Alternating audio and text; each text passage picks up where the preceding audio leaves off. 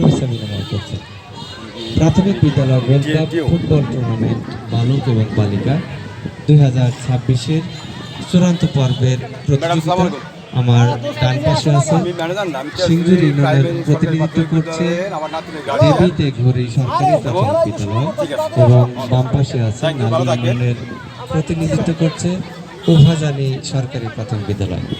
এই মুহূর্তে দেখতে পাচ্ছি তিনজন খেলা পরিচালক, জনাব মনোয়ার হোসেন মানু, জনাব রিপন ভুইয়া এবং জনাব নূর আলম ফিফা তালিকাভুক্ত রেফারি। আমি দেখতে পাচ্ছি খেলোয়াড়দের সাথে ম্যাডাম শুভেচ্ছা বিনিময় করছেন এবং পরিচিত হচ্ছেন। এখনই আমাদের খেলার কার্যক্রম শুরু করবেন জনাব শামীমা আক্তার, উপজেলা প্রাথমিক শিক্ষা অফিসার, মেয়র মানিকগঞ্জ মহোদয়।